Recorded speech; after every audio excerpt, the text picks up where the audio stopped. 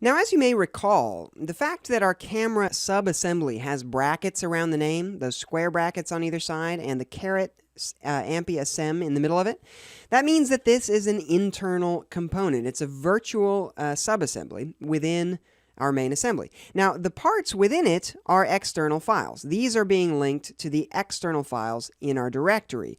However, the subassembly item itself is actually only existing within our assembly. And again, for a number of reasons that we don't need to get into now, that will cause us problems down the road, or at least make life a little bit more complicated. So in general, in SolidWorks, we can work with virtual components to kind of throw things together really quickly, but eventually, and usually pretty quickly, we want to go ahead and save those to external files. Now in this case, we could take this camera sub and right-click and go down to Save Assembly in External File. But let's use this as a teaching moment. I'm going to open up this camera sub in its own window again. I know we just closed it, but bear with me. Let's now say File, Save As, okay? And when I do that, it's going to say the camera blah, blah, blah, blah, blah is referenced by other open documents.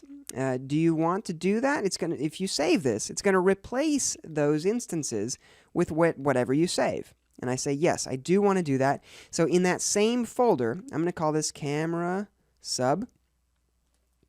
And then when I save it and close this up, go back to our assembly, look at that. The square brackets are gone. The caret SubAssemb is gone. And if we go to our folder, we now have our camera sub as a separate assembly within this folder, which again seems like more complicated, but actually it's going to make our life simpler in the long run.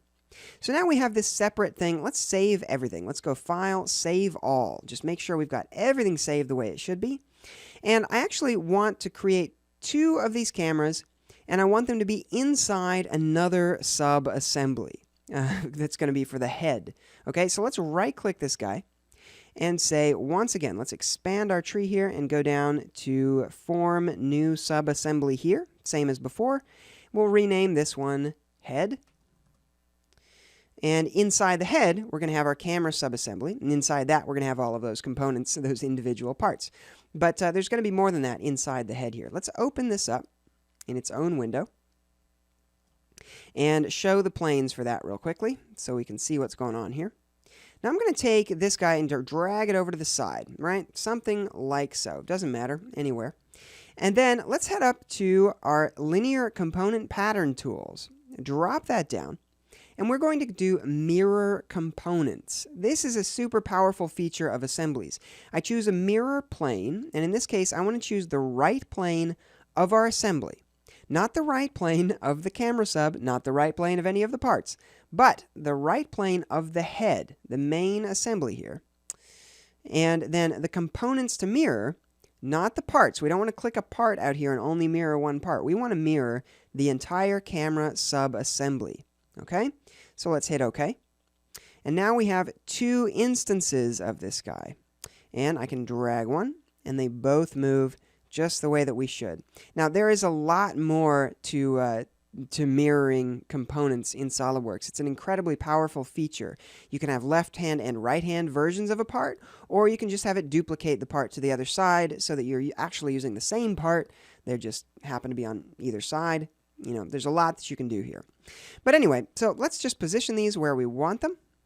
And then also, because we know this is a virtual assembly, this head is a virtual assembly within our bigger assembly, let's do that File, Save As trick again.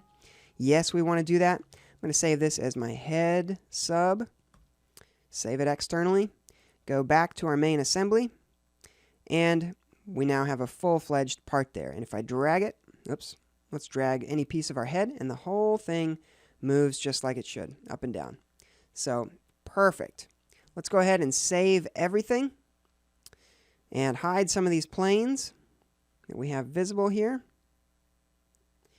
And that, my friends, is the beginning of our robot.